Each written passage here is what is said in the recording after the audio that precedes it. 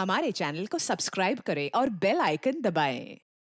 हाय, मैं हूं आदित्य श्रीवास्तव और आप मुझे अभिजीत के नाम से जानते हैं। For more episodes of CID, subscribe to Liv Crime and hit the bell icon.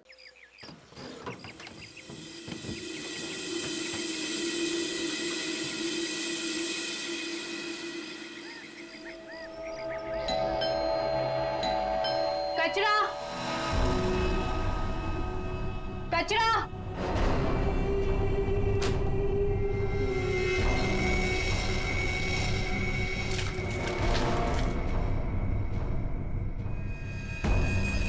इसको सही जगह फेंकना और संभाल के देना, कोई देखे नहीं। आप चिंता मत कीजिए, मैं सब संभालूंगी।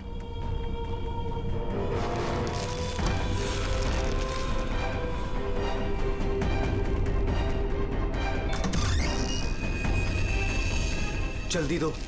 कौन है बेटा? कोई नहीं माँ, कचरा वाली थी।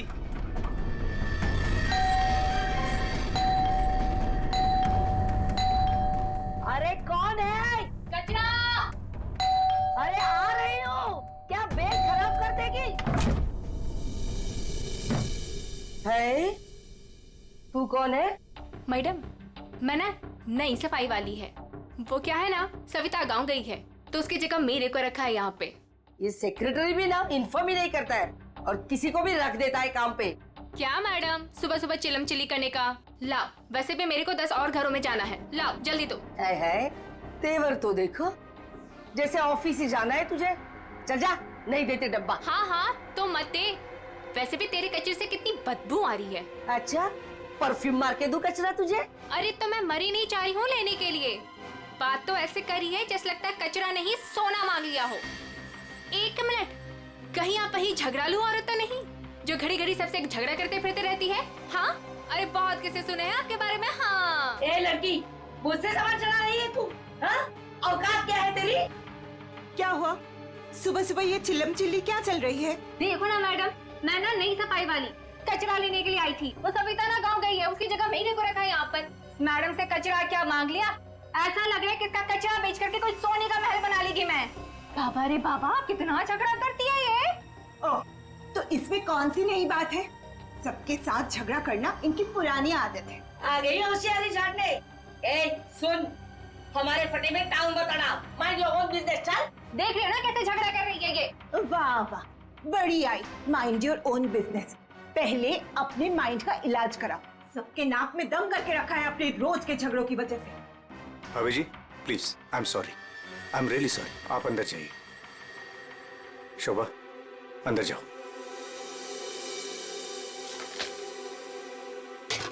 जाओ। खाली लड़ते रहती है, पता नहीं कैसी औरत है ये। आपको बीच में आने के लिए किसने बोला?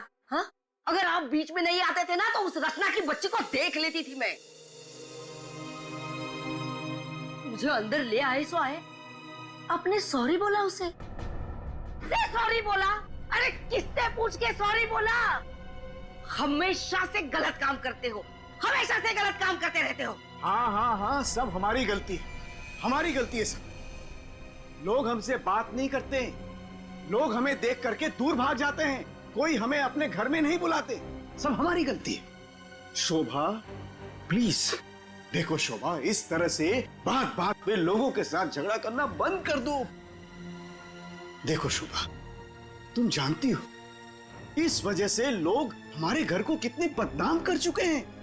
यहाँ तक कि सोसाइटी वाले पुलिस की धमकी दे चुके हैं। अरे वो क्या पुलिस कंप्लेंट करेंगे, मैं खुद पुलिस स्टेशन जाऊंगी और एक एक को ठीक से देख लूंगी। और आप उनकी साइड ले रहे हो? उनकी? आपको अपनी बीवी की कोई फिक्र नहीं है क्या? हाँ, मैं तो हूँ ही ऐसी, झगड़ालू हूँ। मैंने सबकी नींद हराम करके रखी है। और ये बिल्डिंग वाले, ये तो संत महात्मा है ना। बहू, वो लोग भी गलत हो सकते हैं, लेकिन लोगों से बात करने का एक अलग ही तरीका होता है। आइए आइए, पधारिए। अरे मैं तो वही सोच रही थी कि अब तक आप कैसे नहीं पधारी अपने लाडले की तरफदारी करने के लिए। देखिए माँ जी, एक तो वैसे भी इन्होंने आपको मेरे मत्थे मड़ा है, वो भी मुझसे पूछे बिना। मेहमान बनकर आई हो तो मेहमान बनकर रहो घर में। शोभा, माँ से इस तरह से बात नहीं किया करते। तो आप कहो ना अपनी माँ से कि मुझसे बात ही ना करे। अरे पूरा दिन इनकी सेवा करती रहती हूँ, फिर भी ये सब सुनना पड़ता है। बस मॉम बस, सुबह सुबह दिमाग खराब करके रख दिया है। और अब दादी और डैड से कैसे बात कर रहे हो? क्या ये घर दादी का नहीं है? चुप कर, बदतमीज लड़की। बड़ों के बीच में बात करने से अच्छा है कि तुम अपनी पढ़ाई करो। पर तुम कहाँ पढ़ाई करती हो? पूरा दिन इस मोबाइल और लैपटॉप में घुसी रहती हो। ये किसकी फोटो है? कौन है ये लड़का? तेरा बॉयफ्रेंड तो नहीं है? मॉम, जैसे अभी आपने बताया ना कि मैं आपके मामले में इंटरफेयर ना करूं, वैसे आप मेरे मामले भी में इंटरफेयर ना करें तो अच्छा होगा। बदतमीज लड़की, मुझसे जबान लड़ा रही है तू? बड़ों से बात करने का तमीज नहीं है तुझे? अगर मुझसे जबान लड़ाई ना तो याद रखना। हाँ, क्या कर लोगे आप? हाँ, क्या कर लोगे? जैसे भैया को इस घर से निकाल दिया, वैसे मुझे भी निकाल दोगे? हाँ? काव्या! माँ, शोभा! बस, बहुत हो गया। ऐसे किसी जवान लड़की से बर्ताव नहीं किया जाता। माँ, तुम्हें मंदिर जाने में देर हो रहा है ना? तो चलो मैं तुम्हें मंदिर छोड़ देता हूँ। काव्या, तुम्हें कॉलेज जाना है ना? चलो मैं तुम्हें ड्रॉप करता हूँ। चलो जल्दी चलो। तुझे तो मैं देख ही लूंगी। बहुत बदतमीज होने लगी है आजकल।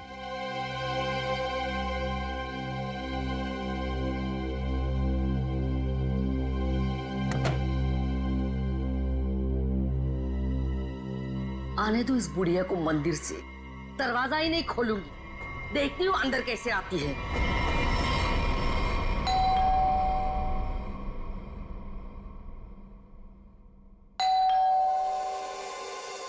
शोभा, दरवाजा क्यों नहीं खोल रही हो? शोभा, क्या माँ जी? आपने शोभा को कहीं जाते हुए देखा है क्या? क्या हुआ माँ जी? रचना, तूने शोभा को कहीं देखा है क्या? माँ जी, मेरे इतने भी बुरे दिन नहीं है कि मैं उनको देखूं। पता नहीं उसमें भी उनको कोई प्रॉब्लम हो जाए। पर हुआ क्या? शोभा दरवाजा नहीं खोल रही है। अब जरा जाके सेक्रेटरी को बुला के लाइए ना प्लीज। अभी बुलाता हूँ। शायद वो बाथरूम में नहा रही हो। इतनी देर से नहा रही है? शायद अपना पाप धो रही होगी। माँ जी, आपके पास घर की दूसरी चाबी होगी ना? नहीं है। एक मिनट माँ जी, मैं आपके बेटे मनीष को फोन करता हूँ। हटिए हटिए।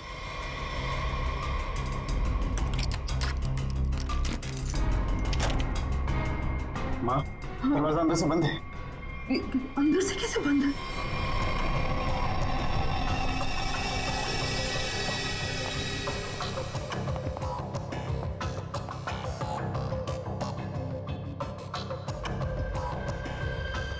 सर, घाव काफी गहरा है। लगता है किसी भारी चीज से वार किया गया है।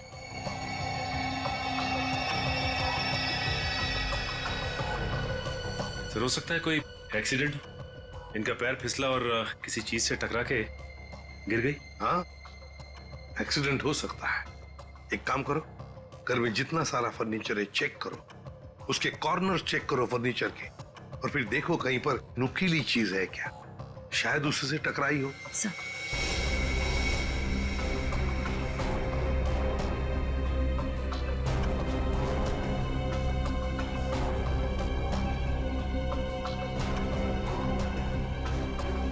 सर। हाँ निखिल। सर, टूटा हुआ बांस और सर इस पे खून भी लगा हुआ है। हाँ, लगता है खूनी ने ये बांस बेचारे शोभा के सिर के पीछे मारा है इससे जोर से, और फिर शायद शोभा अपनी जान बचाते बचाते यहाँ से बाहर गई, गिर गई और फिर दम तोड़ दिया होगा। लेकिन सर, दरवाजा तो अंदर से बंद था, कुंडी लगी हुई थी, तो फिर खूनी घर से बाहर गया कैसे होगा? सर, हो सकता है बालकनी से चला गया। नहीं निखिल, इतनी ऊंचाई से कोई बाहर जा ही नहीं सकता है। सर, घर के बाहर सीसीटीवी कैमरा लगा हुआ। बस तो फिर वो सीसीटीवी कैमरा का फुटेज और लॉबी के सीसीटीवी कैमरा का फुटेज सब देख लेते हैं।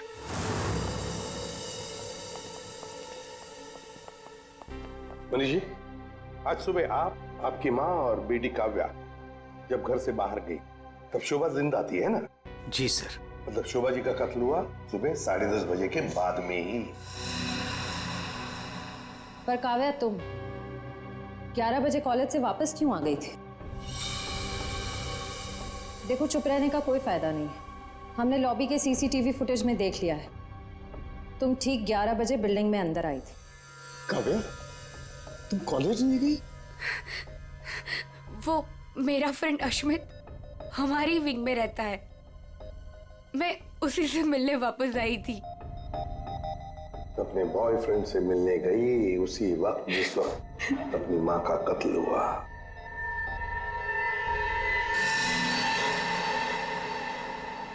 तुम कौन हो? मैं रितेश। रितेश, आपका बेटा? जी सर। पर तुम तो घर छोड़कर चले गए थे। जी, वो मैं घर छोड़कर नहीं गया था, मुझे इनकी पत्नी ने घर से निकाल दिया था।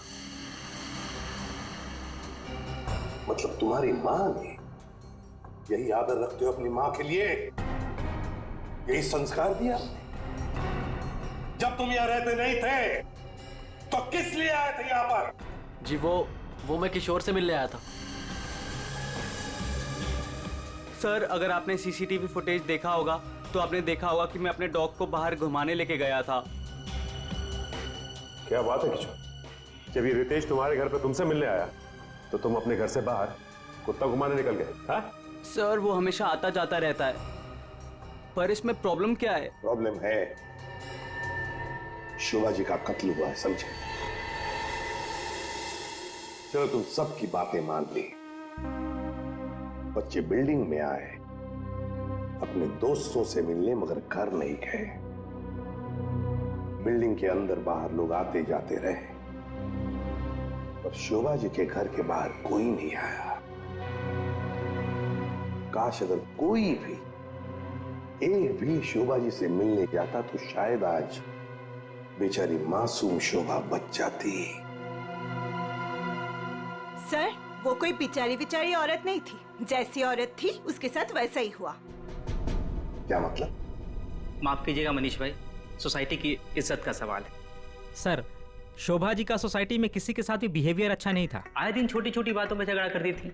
इवन सर, आज भी उनका झगड़ा हुआ था। झगड़ा हुआ था? किसके साथ? इनसे, रचना जी से।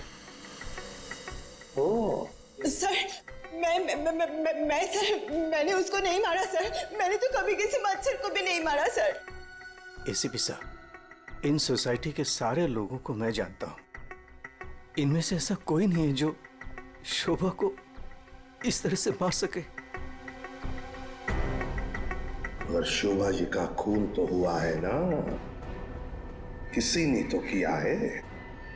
अरे तारिका, ये क्या कर रही हो? ऐसा क्या कर दिया डॉक्टर साहब ने? करने दीजिए ना सर, कुछ भला करने जा रही है तो उसे टोकना ठीक नहीं है ना सर? नहीं, मैं जानता हूं अच्छी तरह से। जिस दिन मैं वहां पर लाशों की जगह लेटा हुआ होऊंगा ना, तुम लोग सबको मिठाई बांटने वाले हो, जानता हूं मैं तुम्हारे सारे इरादों के गुब्बारों को उड़ने से पहले ही फोड़ करके दम लूंगा, समझे? हमारी वजह से आप बच गए सालू के साहब, वरना तारिका ने तो आपका सर फोड़ ही दिया था। अरे, मैं तो सिर्फ इनायत कर रही थी। अच्छा, सालू के साहब का सर फोड़ने का? जी नहीं, इस औरत के सर पे किस चीज से बहुत जोर से मारा गया है जिससे इसकी मौत हो गई, ये पता लगाने के लिए। देख सालुंखे, किस चीज से मारा ये तो हमें पता है, यही मर्डर वेपन है। हाँ, इस पे तो हमें इनका खून भी मिला था, जो उस वक्त तक सूखा भी नहीं था। ये लो, बहुत बढ़िया। हाँ?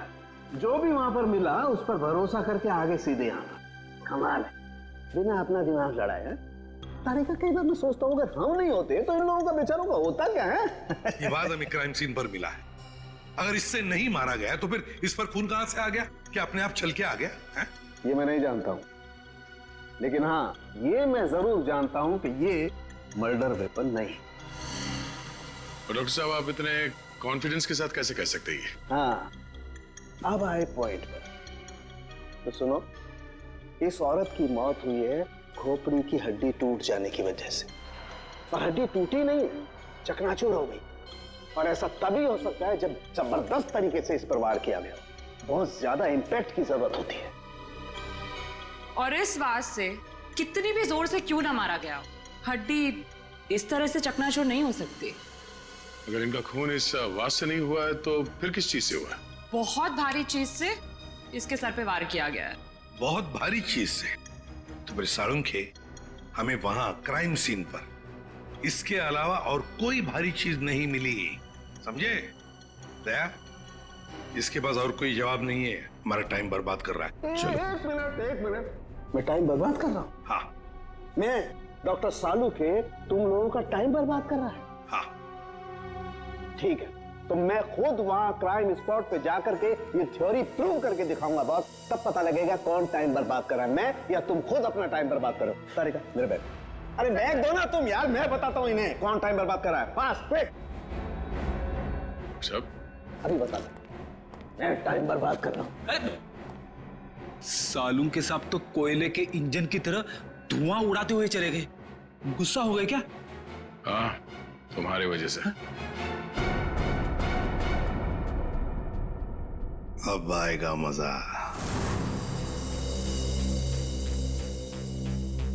सब कुछ ढूंढ लिया, आप क्या ढूंढेंगे? अपना सर ढूंढो। कहा था ना यार तुमसे, कोई भारी चीज से मारा गया तो भारी चीज ढूंढो ना प्लीज। साहब, क्या लगता है इससे मारा होगा? सर क्या इससे मारा होगा? नहीं, इससे नहीं हो सकता। सर, ये देखिए सर, काफी भारी है सर, इससे मारा होगा। सर पे मार के देखो, अगर सर खुल जाएगा तो मान लो। आपके सर पे कैसे मार? Shut up. यार साळुंखे, क्यों टाइम बर्बाद कर रहा है हमारा तू? बॉस प्लीज मुझे ढूंढने दो। मैं एक काम करो, आप लोग बैठो, मैं जरा ढूंढता हूँ प्लीज।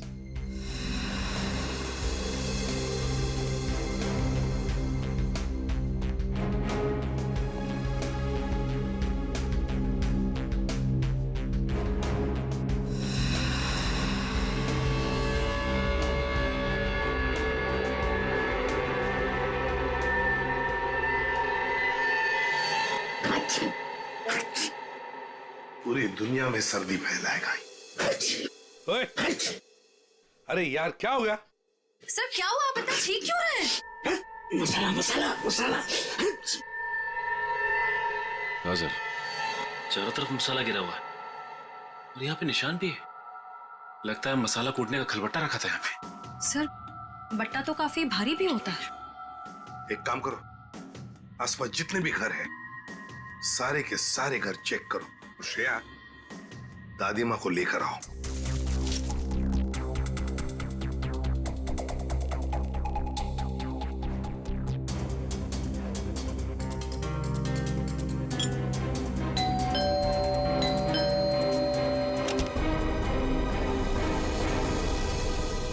आप लोग?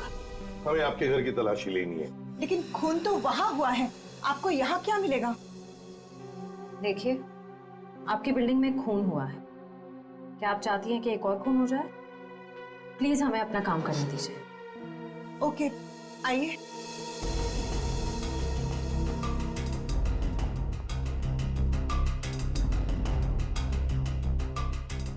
शोभा भी ना मरने के बाद भी मेरी पीछा नहीं छोड़ेगी।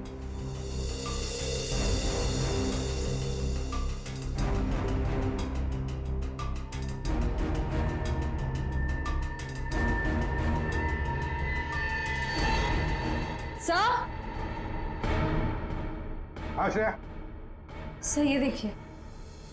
सर ये तो हमारी है। नहीं नहीं, ये तो हमारा है। आंटी जी को कोई गलतफहमी हो रहा है। सर इसके नीचे शोभा का नाम लिखा हुआ है। शोभा, तो क्या आपने इन्हें ये दिया था? नहीं सर, आज सुबह तक तो ये हमारे पास ही था। तो फिर यहाँ कैसे? साळुंखे, जरा चेक कर लिया।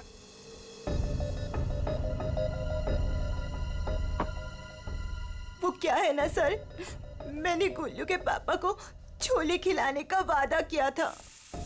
शोभा जी तो मर ही गई थी, वो इससे क्या करती, इसलिए मैं ये लेके चली आई। मैंने कोई खून नहीं किया सर, मैं सच बोल रही हूँ सर, मैंने कोई खून नहीं किया। बॉस, इन पर तो कहीं भी खून के ट्रेसेस नहीं। खून का निशान नहीं? मतलब ये मर्डर वेपन नहीं है? मुझे लगता है शोभा ही हमें बताएगी। कि उसका फोन कैसे हुआ है और किसने किया।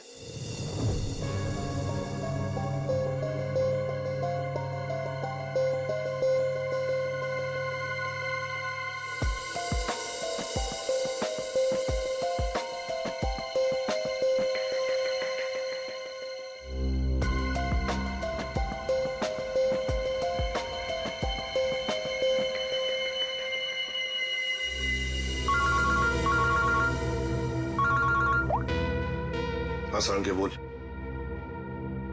अच्छा, गेरू मिट्टी। अच्छा, ठीक है। सचिन, मर्डर वेपन का पता चल गया है। और वो क्या है सर? गमला। गमला? हाँ, गमला। साळुंके को शोभा के कान में गेरू मिट्टी के कुछ अंश मिले। गेरू मिट्टी जो गमले में इस्तेमाल होती है। सर, हमें शोभा के घर में एक भी फ्लावर पॉट नहीं मिला है। देखते हैं।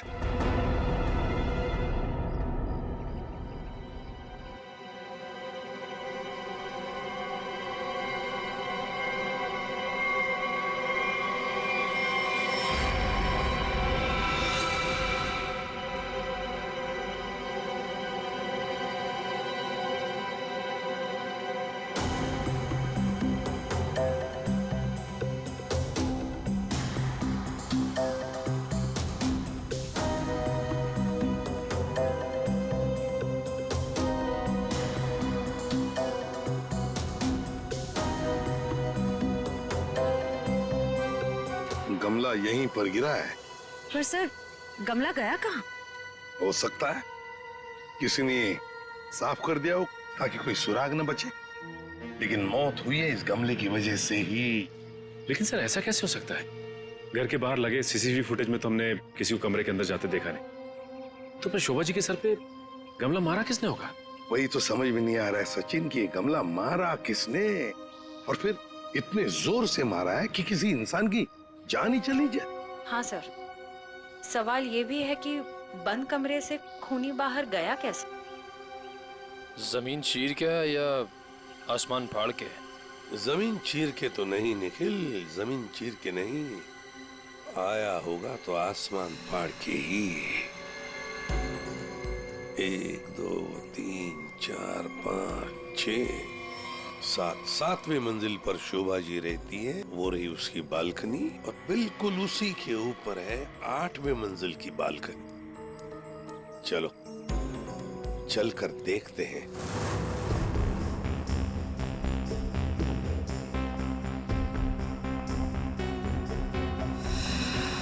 सर? हाँ श्रेया। सर ये देखिए, स्टैंड जैसा कुछ है। स्टैंड जैसा तो है।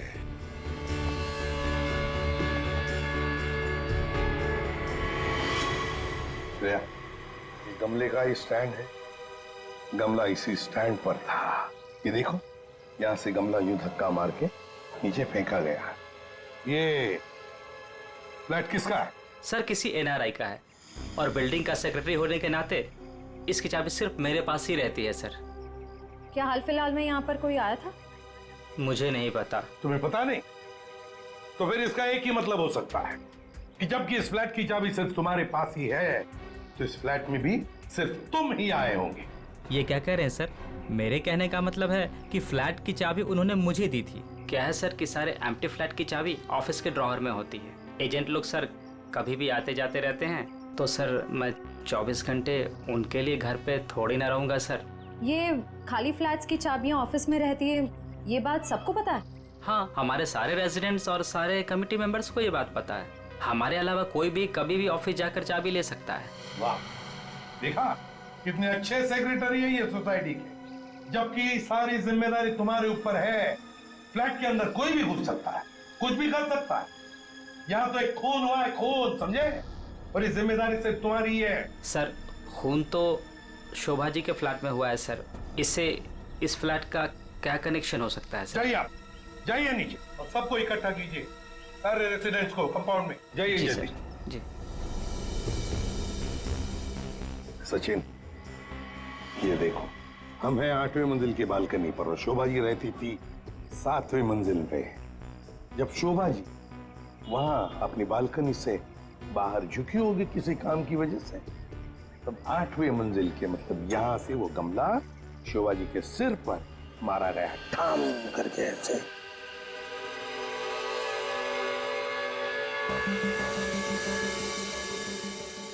भगवान का लाख लाख शुक्र है, वरना आज तो मसाला कूटने के चक्कर में मेरी कुटाई हो जाती उन सीआईडी वालों के हाथों। इसीलिए छोले को मारो गोली, ये लौकी खिला दूंगी गुल्लू के पापा को।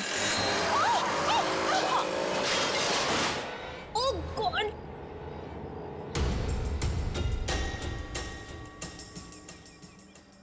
ये क्या किया? आज तो शायद लौकी भी नसीब में नहीं है। एक्सक्यूज मी, हाँ गलती आपकी है। एक तो आप मेरे बीचों बीच आ गई, उल्टा आप मुझे सुना रही हैं।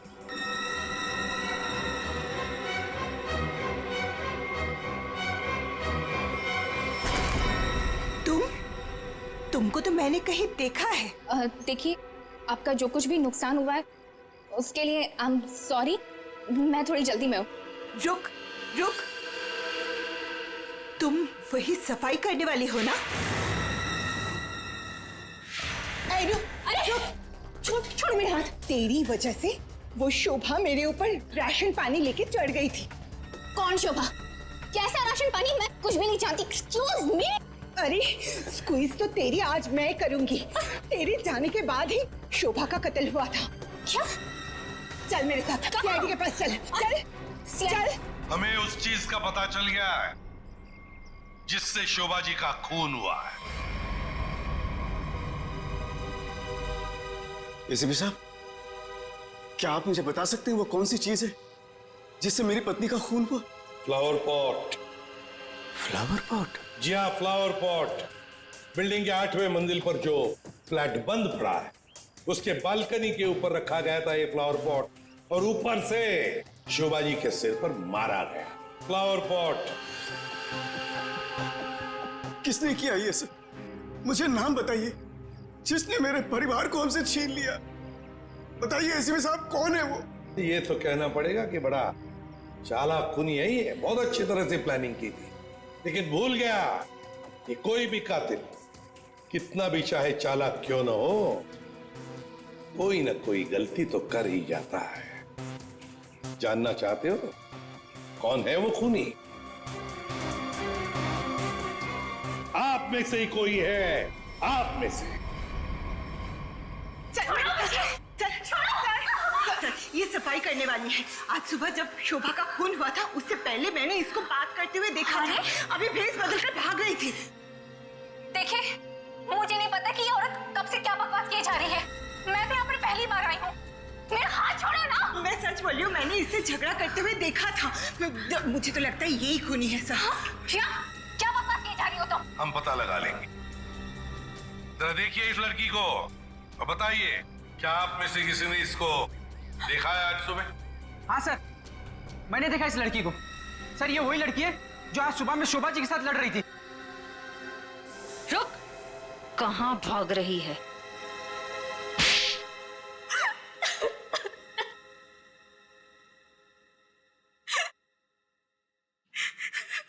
ये सब रोना धोना बंद करो और बताओ कौन कौन है इसके पीछे। तुम्हारे अकेली का काम नहीं है ये, बताओ जल्दी। कौन कौन मिला हुआ है तुम्हारे साथ इस काम में? हैं? क्यों खून किया शोभा का? खून? नहीं नहीं सर, मैंने कोई खून नहीं किया। मुझे कुछ नहीं पता, मैं सच कह रही हूँ। जमाना बड़ा बदल गया है सर। इतनी महंगी घड़ी और ब्रांडेड चप्पलें पहन के घूम रही है। यहाँ तो सीआईडी में ईमानदारी से काम करने के बाद पिछले 5 साल में ये वाले जूते पहन पाया हूं मैं। हाँ, सच कह रहे हो फ्रेडी। लेकिन ये है ना, मुखौटा पहनी है सफाई कामगार का, है तो कोई और ही। पूर्वी, ऐसे नहीं बताइए। हाँ, बोल नहीं। प्लीज प्लीज मैम, मुझे मत मारिए। मैं बताती हूँ, मैं सब सच बताती हूँ। दरअसल मेरे पास एक फोन कॉल आया था। कौन लोग थे मुझे नहीं पता, लेकिन वो लोग शोभा से बदला लेना चाहते थे। बदला कैसे लेना है वो सारे इंस्ट्रक्शन मुझे फोन पर बता दिए गए थे। मैंने बस उसे फॉलो किया था और कुछ नहीं किया था, खून नहीं किया था सर। एक अनजान आदमी ने तुम्हें फोन कॉल किया और तुम उसकी मदद करने के लिए तैयार हो गई? हाँ सर। ऐसी क्या दुश्मनी थी तुम्हारी शोभा से?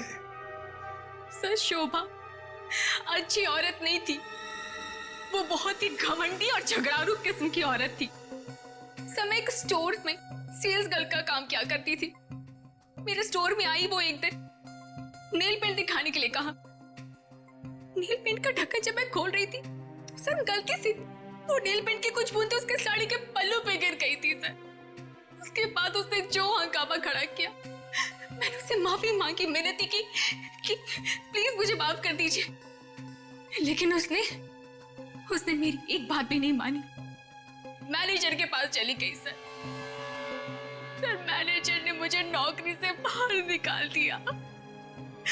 2 महीने तक मुझे कहीं कोई नौकरी नहीं मिली। घर का किराया तो दूर, खाने तक को मेरे पास पैसे नहीं थे। मकान मालिक मेरे सिर पर चढ़ करके मुझे परेशान करने लगा, कहा कि निकलो मेरे घर से। सर उसने मेरी पूरी जिंदगी तबाह कर दी। फिर मैंने ठान लिया था कि उस शोभा से मैं बदला जरूर लूंगी। इसलिए तुमने कानून को अपने हाथ में लेने का फैसला किया है? सर मैं मानती हूँ कि मुझसे बहुत बड़ी गलती हो गई। प्लीज आप लोग मुझे माफ कर दीजिए प्लीज। ये लो, सब कुछ मान लिया तो माफी मिल गई? ऐसे लगता है तुम्हें? है? तुम्हारी सजा हम कम कर सकते हैं, मगर एक शर्त पर। हाँ सर, मुझे आप लोगों की सारी शर्त मंजूर है। बताइए मुझे क्या करना होगा? तो ये बताओ कि फोन पे एग्जैक्टली क्या इंस्ट्रक्शन दिए गए थे तुम्हें? मुझे बस वो फ्लावर पॉट गिरने के बाद उसे साफ करने के लिए कहा गया था। वो फ्लावर पॉट जैसे बालकनी से शोभा के सर से टकराकर नीचे गिरा तो मेरे पास उसे झट से साफ करके वहां से मैं निकल गई। बस यही किया था मैंने।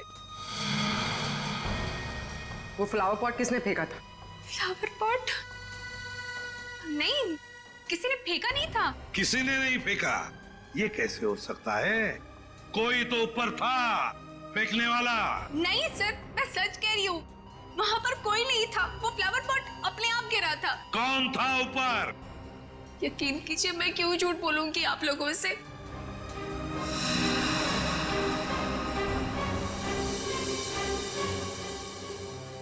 निखिल, पता लगा किसका फोन आया था शीला को इंस्ट्रक्शंस देने के लिए? दया, टूटे हुए फ्लावर पॉट के टुकड़े अच्छी तरह से देखो।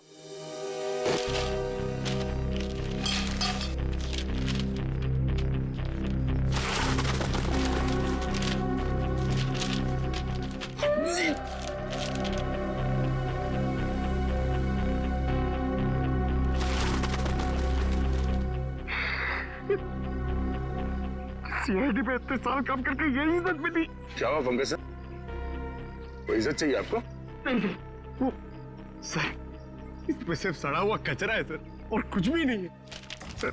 यहाँ पे थोड़ी देर और खड़ा रहा ना तो मैं बदबू के मारे शहीद हो जाऊंगा सर। कुछ नहीं होगा तुम्हें, काम पे ध्यान दो।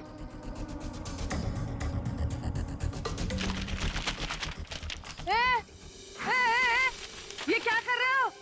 ये मेरा इलाका है, यहाँ मैं किसी और को कब्जा जमाने नहीं दूंगी। अरे कौन कब्जा करना चाहता है? मेरा बच्चा है तो मैं खुद यहाँ से सलट लूं। तो फिर मेरे इलाके में कचरा चुनकर ये मेरे पेट में लात क्यों मार रहे हो? अरे मेरी माँ, आपके पेट पे कोई लात नहीं मार रहा है, मैं खुद यहाँ पे अपनी नौकरी बचा रहा हूँ। देखो तुम लोग जाओ यहाँ से, ये मेरा इलाका है, मैं किसी और को कचरा चुनने नहीं दूंगी। जाओ जाओ। हम लोग सीआईडी से हैं और इस कचरे में सुराग ढूंढ रहे हैं। हाँ? सीआईडी? रुक रुक, देखो जरा, चलो। सर, हाँ, सर पे पैर रख के भाग गई सर। आपको थोड़ा सॉफ्ट रहना चाहिए, आपको देख के डर के भाग गई। सर वो टाइम नहीं ना, वो कचरा।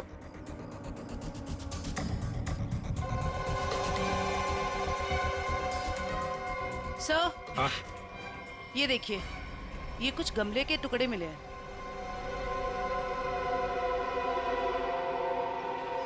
सर, खून लगा हुआ है। हाँ दया, लगता है ये वही फ्लावर प्लॉट है जिससे खून हुआ है। अब ये खून शोभा का है या नहीं, ये तो फोरेंसिक लैब से ही पता चल जाएगा। लेकिन और भी तो कुछ होना चाहिए यहाँ पर, और कुछ होना चाहिए। देखो जरा अच्छी तरह से देखो दोबारा। सर बाकी तो हमने हर जगह देख लिया सर, और ऐसा कुछ मिला नहीं जो। देखो तो सही। इधर यहाँ।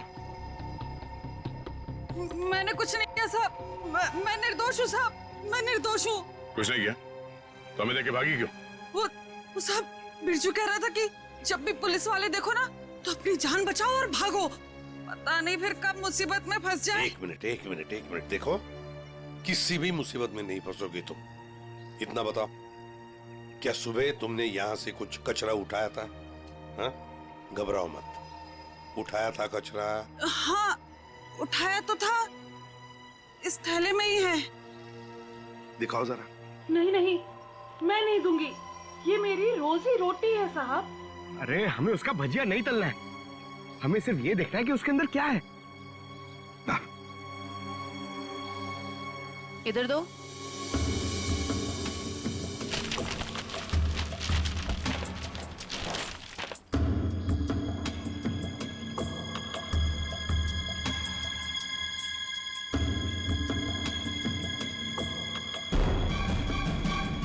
खिलौने का बॉक्स है सर, एड्रेस भी लिखा हुआ है। ओह, तो ये है खूनी।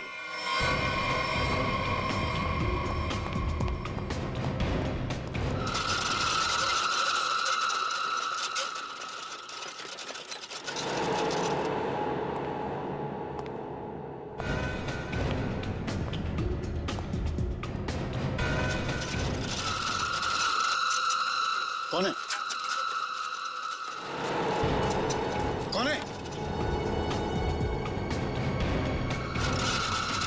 अरे कौन है यहाँ? सामने आओ। कौन है?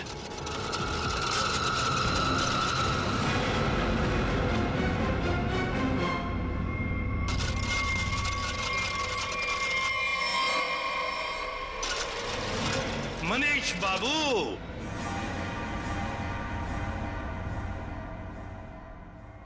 हाँ, खिलौनों के साथ बहुत खेल खेल लिए, अब ये तुम्हारा खेल खेलना खत्म। मैंने आगे रास्ता बंद है। मैंने कुछ नहीं किया। अब ये बता, शोभा को क्यों मारा तुमने? मैंने नहीं मारा, मैंने नहीं मारा।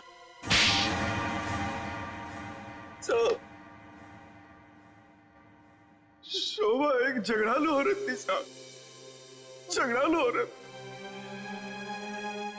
हमेशा गालियां देती थी साहब, हर छोटी मोटी बात पे चिल्लाती थी, भद्दी भद्दी गालियां देती थी। आतंक था साहब उसका एक, हम सबको वो मेंटली टॉर्चर दे रही थी साहब, लेकिन फिर भी हम सबने सहा, हर बात को सहा साहब। जब तक ये बात घर के चार दीवारी तक थी तब तक तो ठीक था, लेकिन धीरे धीरे ये बात साहब घर के चार दीवारी से बाहर निकल के मोहल्ले तक फैल गया। आए दिन लोग पड़ोसी हमारे पास आते थे कंप्लेंट लेकर के, शोभा ने किसी का झगड़ा किया, मारपीट किया। तंग आ चुके थे साहब हम लोग, तंग आ चुके थे। फिर भी हमने शोभा को समझाने की कोशिश की, मगर वो नहीं समझती थी साहब। हमने तो थक के छोड़ दिया था ये सोचना कि उसे समझाना रोकना हमारे लिए मुमकिन ही नहीं है साहब। बस सिर्फ इसी वजह से तुम लोगों ने उसकी जान ले ली? तो और क्या करता साहब, बताइए आप मुझे। सोसाइटी वालों ने उसे तंग आकर के हमें नोटिस दिया घर खाली करने के लिए। अगर हम घर खाली नहीं करते इस सूरत में वो हमें पुलिस की धमकी दी। अगर ऐसा था तो डिवोर्स दे देते उसे मारने की क्या जरूरत थी? उसकी भी कोशिश की थी साहब, मैंने, मगर उसने मुझे धमकी दी थी कि अगर मैंने उसे डिवोर्स दिया तो वो मुझे कोर्ट में घसीट के ले जाएगी। मेरे ऊपर डोमेस्टिक वायलेंस का इल्जाम लगाकर वो मेरे ऊपर केस करने वाली थी साहब। मैं मजबूर था, कुछ नहीं कर पाया साहब। रितेश, शोभा तो तुम्हारी माँ थी ना? सर, माँ का प्यार इस दुनिया में सबसे बड़ा प्यार होता है सर, पर वो तो सिर्फ अपने आप से प्यार करती थी सर। उसकी जरूरतें, उसका घमंड सिर्फ उसके लिए ही था सर, इस वजह से जब उसे मेरे और मेरी गर्लफ्रेंड वानी के बारे में पता चला तो उसने इंसल्ट करके मुझे घर से बाहर निकाल दिया सर। और इसलिए जिस माँ ने तुम्हें जन्म दिया उसे ही मौत की नींद सुला दी तुमने, सिर्फ अपने खुशियों के लिए, हाँ? एक दिन रितेश मेरे पास आया एक सुझाव लेकर। उसने कहा कि पापा, अगर हमारी जिंदगी में शांति और चैन चाहिए तो शोभा की जिंदगी खत्म करनी होगी। और इसके लिए तुमने अपने पड़ोसी किशोर और नवीन की मदद ली, जो शोभा के दुश्मन थे उसके बर्ताव की वजह से, हाँ? सिर्फ इनको ही नहीं रहा, इन्होंने बाकी सारे लोगों से भी कांटेक्ट किया जिनका कोई ना कोई झगड़ा था शोभा के साथ। उन सबको अपने प्लान में शामिल कर लिया, शोभा को मारने के प्लान में। शीला के बारे में तुम्हें कैसे पता चला? काव्या ने मुझे बताया उस दिन शीला और शोभा के झगड़े के बारे में, क्योंकि काव्या शोभा के साथ ही स्टोर में गई थी। तो तुम्हारे इस प्लान को अंजाम देने के लिए कोई बाहर वाला चाहिए था, और ये शीला इस काम के लिए एकदम परफेक्ट थी। और इसे शोभा से बदला लेना था, इसलिए ये भी मान गई, हैं? वैसे सारी प्लानिंग की कैसे तुम लोगों ने, बताओ जरा। नवीन ने ऑनलाइन पर ट्रॉली बुक की थी। डिलीवरी होने के बाद वो ट्रॉली और रिमोट वाणी को दिया था। वाणी पेशे से इंजीनियर है साहब। वो ट्रॉली और गमले को किस तरह से रखना है इसकी प्लानिंग उसने नहीं की थी। और फिर वो ट्रॉली और रिमोट लाके किशोर को दे दिया। और फिर काव्या और रितेश ने मिलकर वो गमले और ट्रॉली को ऊपर बैल्कनी में सेट कर दिया। तुम्हें कैसे पता चला कि ये शोभा बालकनी में किस वक्त आने वाली, कितने बजे? साहब, हर रोज सुबह 10 बजे एक भाजी वाला ठेला लेकर के हमारे बिल्डिंग के नीचे आता है, और शोभा उस पर बैल्कनी में खड़े होकर के खड़ी खोटी सुनाती थी साहब, चिल्लाती थी, झगड़ती थी उससे। बस मुझे उसी मौके का इंतजार था।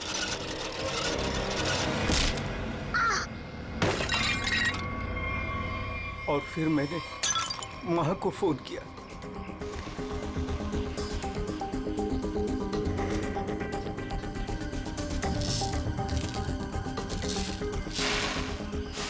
कभी एक बार भी नहीं सोचा कि शोभा के ऐसे स्वभाव के पीछे कोई वजह हो, कोई कारण हो सकता है उसे कोई दिमागी बीमारी हो जिसका इलाज हो सके। नहीं सोचा। तुम सब ने सिर्फ अपने ही बारे में सोचा, तंग आ गए उसके स्वभाव से, इलाज नहीं किया उसका, बस जान ले ली उसकी। कानून तुम सबको कड़ी से कड़ी सजा देगा। Just hold down, wait wait wait wait wait wait. क्या ऐसे हाथ पकड़िए, आप ऐसे पकड़िए, smile, your position, yes sir, hold down, one more please, for second side, hold it hold it hold it, yeah sir, एक मिनट सर, आप लोग एक काम कीजिए, ऐसे हाथ पकड़िए, आप इनका हाथ पकड़िए, और आप यो का angle, yes, stand by.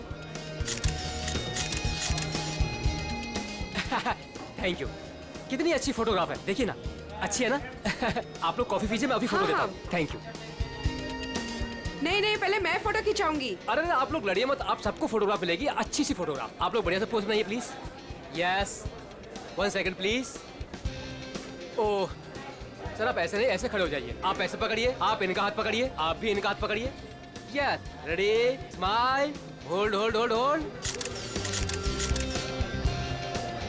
One more please. आप अभी चेंज कीजिए। यस, बहुत बढ़िया। आप ऐसे ऐसे रखिए, हाँ, स्माइल,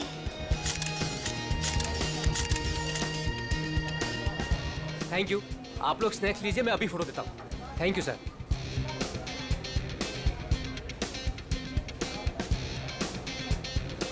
एक photograph please, yes thank you. Sir smile कीजिए सर। ये हाथ ऐसे पकड़िए मैम, आप प्लीज Okay. एक साथ ऐसे आइए, आप नजदीक आइए और आप भी।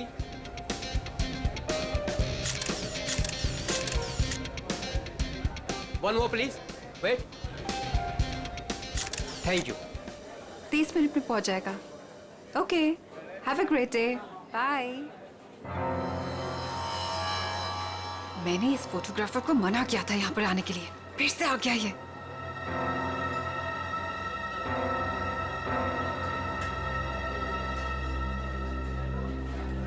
हाँ भाई, एक ग्रुप आया था, उनका हो गया भाई।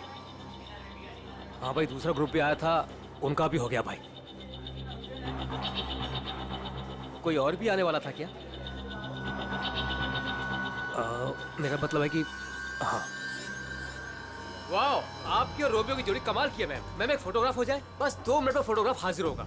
Only 50 rupees per photograph. Smile ma'am. देखिए प्लीज आप मेरा दिमाग मत खाइए, मुझे कोई इंटरेस्ट नहीं है। क्या मैडम जी, मैं आपका दिमाग क्यों खाऊंगा? बल्कि यहाँ खाने को इतना कुछ है, पेस्ट्रीज, बर्गर, केक्स, ना जाने क्या क्या। तो वहीं जाके खाइए ना, मेरा टाइम वेस्ट क्यों कर रहे हैं? प्लीज जाइए अब यहाँ से। हेलो मैडम, रोमियो से इतना प्यार और हमसे इतनी नफरत? छोड़िए। अरे देखिए, आप टेंशन मत लीजिए, अपुन आपके लिए फोटोग्राफ फ्री में खींचेगा। हाँ, बस एक कॉफी और साथ में डिनर, सिर्फ मेरे लिए। नहीं चाहिए, बोला ना एक बार। जा सकते आप यहाँ से। कमाल करती है।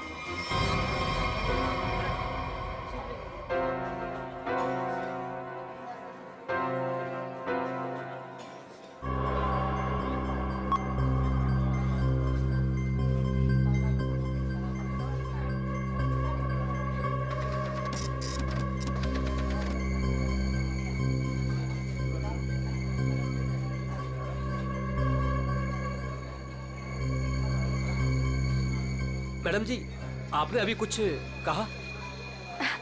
नहीं, वो क्या है ना, मेरी खुद से बात करने की आदत है।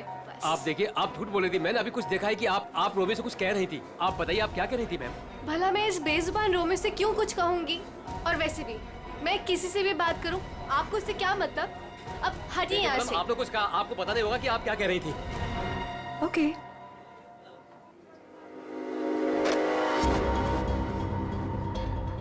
बनी, बनी, बनी। Yes madam. देख, वो देख, इस फोटोग्राफर को मैंने मना किया था यहाँ पर आने से। एक तो मेरी रेस्टोरेंट के सामने अपनी दुकान खोल ली, और आज देख वो उस लड़की को छेड़ रहा है। इसे अभी निकाल के बाहर कर। मैडम आप चिंता मत कीजिए, आज इसे मैं ठीक कर ही देता हूँ। रुक, मैं भी आती हूँ। जल्दी बोलिए। आप ऐसे लड़की के साथ बदतमीजी नहीं कर सकते। अगर आपने मेरा रास्ता रोकने की कोशिश करी ना, तो मैं तुम्हें जोर से चिल्लाऊंगी। देखिए, आप आवाज नहीं कीजिए।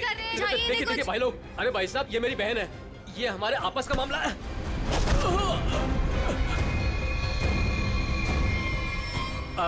अब देखिए भाई साहब, मेरी कोई गलती नहीं है, हमारा आपस का मामला है और कोई बात नहीं है। हाँ बहन जी, आप लोग जाइए, बस कोई दिक्कत नहीं है। क्यों बेटा, उस लड़की ने तेरे कान में क्या कहा था? बेटा सच सच बोल दे, वरना भाई को बता दूंगा। जल्दी बोल। दूर हट, तुझसे बात कर रहा हूँ। दूर हट। बोल दो भाई को। दूर हट, वरना अच्छा नहीं होगा। ए लफंगे, मेरी रेस्टोरेंट से अभी बाहर निकल। जल्दी बोल, लड़की ने तेरे कान में क्या बोला? तुझसे कितनी बार कहा है कि यहाँ मत आया कर। मारो इसे, वरना ये नहीं मानेगा। आज मैं तुझे नहीं छोड़ूंगा। हा? चल मेरे साथ, आज मैं तुझे ऐसा सबक सिखाऊंगा कि तू तस्वीरें तो क्या, रोमियो की शक्ल तक भूल जाएगा। बनी भाई, गलती हो गई, अब नहीं करूंगा। बनी भाई, मैडम समझाओ इसको। मैं तो बस ऐसे ही मैडम। ऐसे ही बस क्या? किसकी इजाजत से तू यहाँ पे अपनी दुकान खोलकर बैठा है? हाँ, सॉरी मैडम, मामा मुझे माफ कर दो। तू होता कौन है? सॉरी।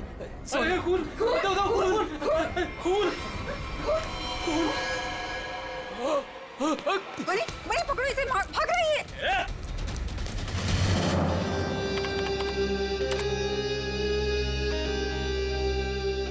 ये लड़की ने ऐसे क्या बोल दिया, ये फोटोग्राफर उस पर इतना भड़क गया?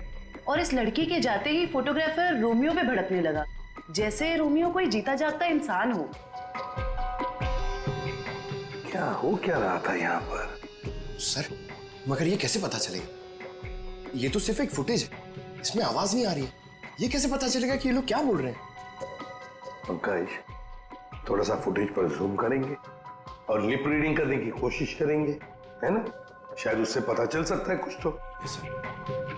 फिर ये भी पता लगाना पड़ेगा कि ये फोटोग्राफर किसके साथ बात कर रहा था।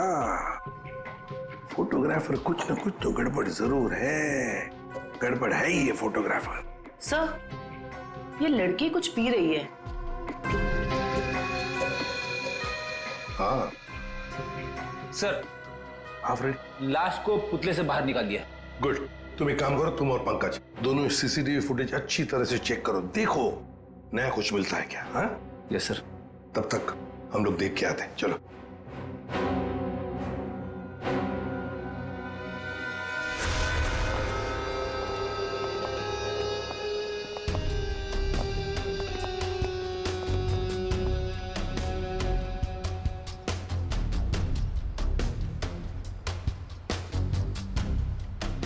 ये देखिए सर, इस वाले हाथ में और इस वाले हाथ में यहाँ पे कुछ इंजेक्ट किया गया है।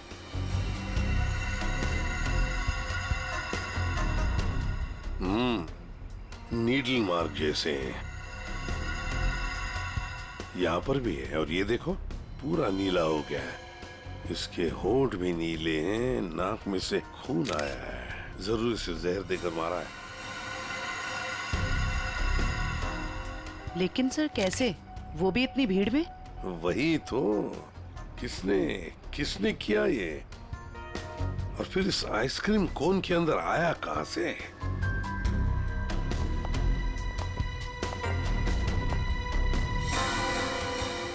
जानती हैं इसे आप? नहीं साहब।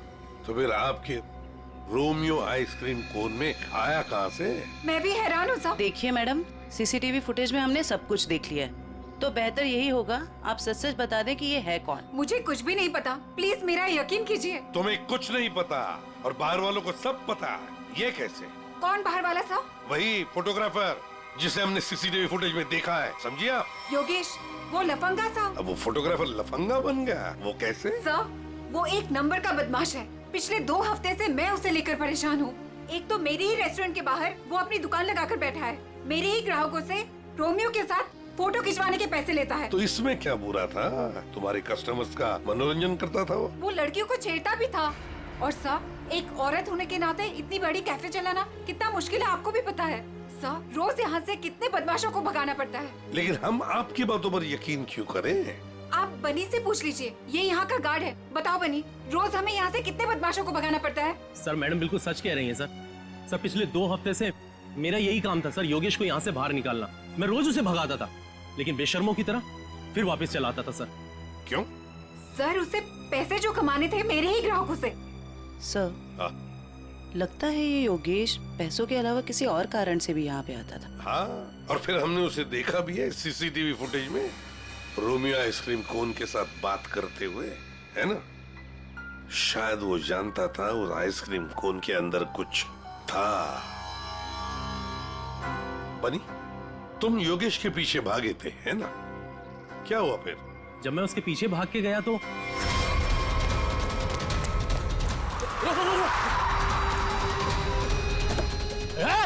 चल जल्दी। तुम गाड़ी के बारे में कुछ बता सकते हो? किस रंग की गाड़ी थी, क्या नंबर था, क्या मॉडल था? गाड़ी बहुत बड़ी थी और सर जीप जैसी। और हाँ सर, गाड़ी लाल रंग की थी, लेकिन सर नंबर शायद उस गाड़ी में नहीं था। लाल रंग की गाड़ी, जीप जैसी। सर, कहीं ये गाड़ी जेजे सीरीज की तो नहीं थी? क्योंकि लाल रंग का मॉडल तो सिर्फ जेजे सीरीज में होता है। लाल रंग का मॉडल, जेजे सीरीज, वही ना? वो पुरानी गाड़ी जिसे ये ऑटोमोबाइल डिजाइनर नहीं बना देता। Yes sir. क्या नाम है उस डिजाइनर का? सर राजू नाम है उसका। राजू? सर वो एक ही मैकेनिक है जो ऐसी गाड़ियां बदल के उसकी मरम्मत करके उसको नहीं करता है।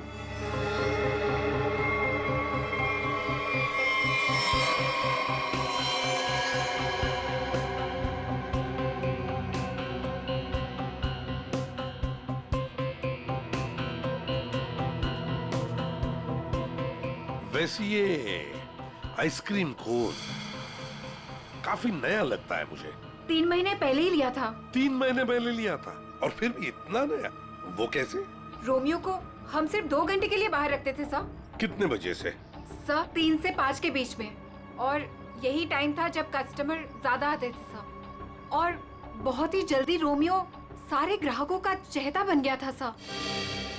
कम समय में चहेता बन गया था। वैसे रोमियो के पेट के अंदर काफी जगह है किसी इंसान को अंदर सोने के लिए। और ये देखिए सर, इसके इस वाले हाथ में यहाँ पे ये छेद भी है। ये क्या?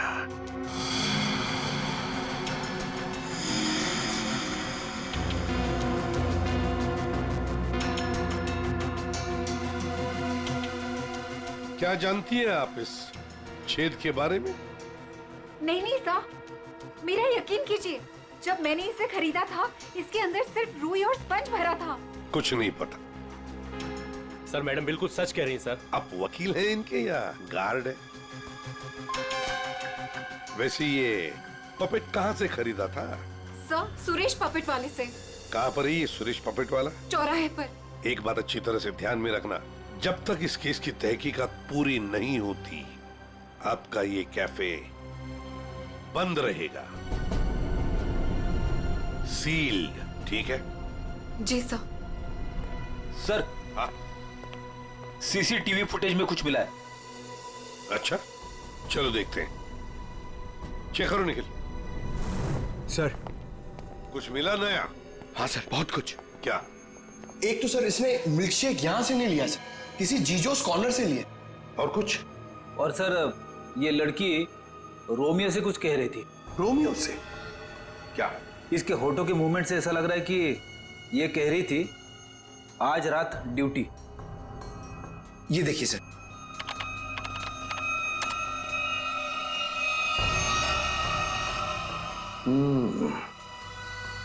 रात ड्यूटी, कहीं ऐसा तो नहीं कि ये दोनों रात को मिलने की बात कर रहे थे? लेकिन इससे एक बात तो पक्की है कि ये लड़की और रोमियो एक दूसरे को जानते हैं। सर मतलब ये लड़की रोमियो को मिलने यहाँ पे आई थी, लेकिन सर ये ड्यूटी का क्या चक्कर हो सकता है? ये तो लड़की बता सकती है। वो झगड़े वाला फुटेज दिखाओ। ये सर। हो क्या रहा है इन दोनों के बीच में? कुछ पता चला ये क्या कह रहे थे? ये दोनों क्या कह रहे हैं ये तो समझ में नहीं आ रहा सर। ये फोटोग्राफर का कुछ पता चला? किसके साथ बात कर रहा था, क्या बात कर रहा था? कुछ समझ में नहीं आ रहा सर। इसने अपने हाथों से मुंह ढक के रखा है। ये देखिए सर। और सर ये भी समझ में नहीं आ रहा कि ये रोमियो से क्या कह रहा था। हो सकता है ये लाल गाड़ी वाले के साथ बात कर रहा हो। वरना इतनी जल्दी वो गाड़ी उसे वहां से लेके कैसे चली गई? ये लाल गाड़ी वाला आसपास ही कहीं खड़ा होगा, कहीं आसपास ही। पता लगाना पड़ेगा ये लाल गाड़ी है किसकी, और ये बताएगा हमें वो ऑटोमोबाइल डिजाइनर राजू। और फिर इस लड़की के बारे में भी पता लगाना पड़ेगा जीजोस कॉर्नर से। Excuse me. अरे सीआईडी दया सर, एसीपी साहब, आप लोग यहाँ क्या लेंगे सर? कुछ चाय कॉफी? चाय कॉफी तो नहीं, हम ये मिल्क शेक के बारे में कुछ जानने आए हैं। मिल्क शेक के बारे में? निखिल, इस लड़की को जानते हैं? जी सर, ये तो पल्लवी मैडम है। वो हमारे यहाँ रोज आती है दिनेश के साथ। क्या बताओ सर, क्या जोड़ी है उनकी। वो दोनों यहाँ पे रोज आते हैं और घंटों तक बैठे रहते हैं, एक दूसरे की आंखों में आंखें डाले। तुम इसे जानते हो? ये तो दिनेश है। दिनेश मर गया? एक बात बताओ, दिनेश और पल्लवी हर रोज यहाँ मिलते थे? जी सर, पर पिछले 2 हफ्ते से सिर्फ 1 ही घंटे के लिए आते थे, 5:30 से 6:30। क्यों? पल्लवी मैडम को नई नई नौकरी मिली थी ना, कहीं नाइट शिफ्ट में जाती थी। अच्छा, ये पल्लवी मैडम कहाँ पे काम करती है, कुछ मालूम है? नहीं सर, वो तो नहीं मालूम। कोई नंबर वगैरह तो नहीं होगा आपके पास? नहीं, नंबर भी नहीं है मेरे पास। कुछ नहीं मालूम। शाम को 3 और 5 बजे के बीच रोमियो स्नैक्स में रोमियो आइसक्रीम कोन को 2 घंटे के लिए बाहर रखा जाता था। कहीं ये दिनेश उस आइसक्रीम कोन के अंदर खड़ा तो नहीं रहता था 2 घंटे के लिए 5 बजे तक, और फिर 5:30 बजे यहाँ के पल्लवी से मिलता था। और सर ये योगेश पिछले 2 हफ्तों से रोमियो स्नैक्स में आता था। कहीं ऐसा तो नहीं कि पिछले 2 हफ्ते में इन तीनों का मतलब योगेश, दिनेश और पल्लवी की आपस में कोई जान पहचान हुई हो? बिल्कुल हो सकता। और फिर योगेश और पल्लवी दोनों जानते थे कि दिनेश उस आइसक्रीम कोन के अंदर खड़ा रहता है। और इसीलिए इन दोनों के बीच में झगड़ा हुआ, क्योंकि योगेश को शक होने लगा था कि पल्लवी सब कुछ जानती है। सबसे बड़ी अजीब बात यह है दया, वो जो रीमा है ना उस रोमियो स्नैक्स की मालकिन, उसने तो बताया था ये रोमियो आइसक्रीम कोन पूरा फोम और स्पंज से बना हुआ है, उसमें तो कोई हो ही नहीं सकता है, आदमी तो छोड़ो कुछ भी नहीं। और फिर भी दिनेश उसमें था, दिनेश की लाश भी वहां से मिली। समझ में नहीं आ रहा था दिनेश ऐसी कौन सी नौकरी कर रहा था ये 2 घंटे की, ऐसी क्या मजबूरी थी? सर कहीं ऐसा तो नहीं कि ये दोनों एक ही नौकरी कर रहे थे, कि दिनेश दिन में नौकरी करता था और पल्लवी रात को? पता लगाना पड़ेगा दया कि ये पल्लवी किसकी और कौन सी नौकरी करती थी रात को।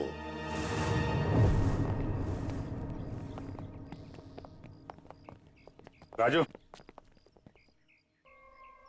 अरे साहब, आप गाड़ी खराब हो गई क्या? हमारी तो गाड़ी नहीं खराब हुई है, लेकिन किसी की गाड़ी बंद करवानी है।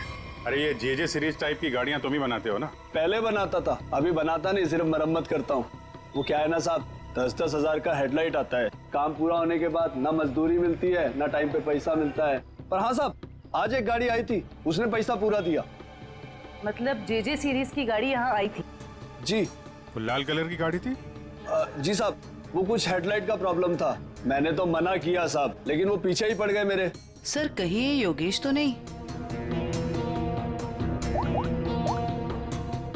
ये था वो? हाँ यही तो था वो। इसके साथ में कोई और भी था? हाँ साहब, एक ड्राइवर था। दिखने में कैसा था? साहब मैंने उसका चेहरा नहीं देखा। गाड़ी के हेडलाइट बना रहे थे और ड्राइवर को देखा नहीं? साहब मैं सच बोल रहा हूँ, बड़ा अजीब ड्राइवर था, 1 मिनट को भी गाड़ी से नहीं उतरा साहब। गाड़ी का सारा शीशा काला था। अब बताओ कोई देखे भी तो कैसे देखे? अरे कुछ तो देखा होगा भाई।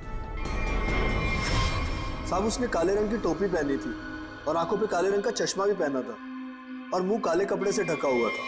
साहब सब कुछ इतना काला था, मेरे को तो दिन में अंधेरा दिख रहा था। अच्छा ये योगेश ड्राइवर से कुछ बातचीत कर रहा था, सुना था तुमने? वो मैं बिल लेकर गया ना, तो ये योगेश वो गाड़ी का खिड़की पे खड़ा था। भाई भाई मुझे ऐसे मत छोड़िए भाई, भाई मैं कहाँ जाऊंगा? भाई गलती हो गई भाई, भाई अब नहीं होगी भाई। मुझे तेरे जैसे निकम्मे से नहीं उलझना। किसने बोला था इतना बड़ा कांड करने के लिए? भाई माफ कर दो भाई। साहब वो बिल पे नाम नंबर लिखने का।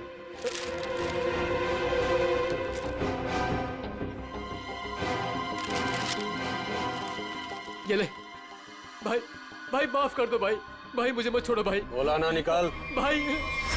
और फिर साहब ड्राइवर ने मेरे मुंह पर ढेर सारा पैसा फेंका और चला गया।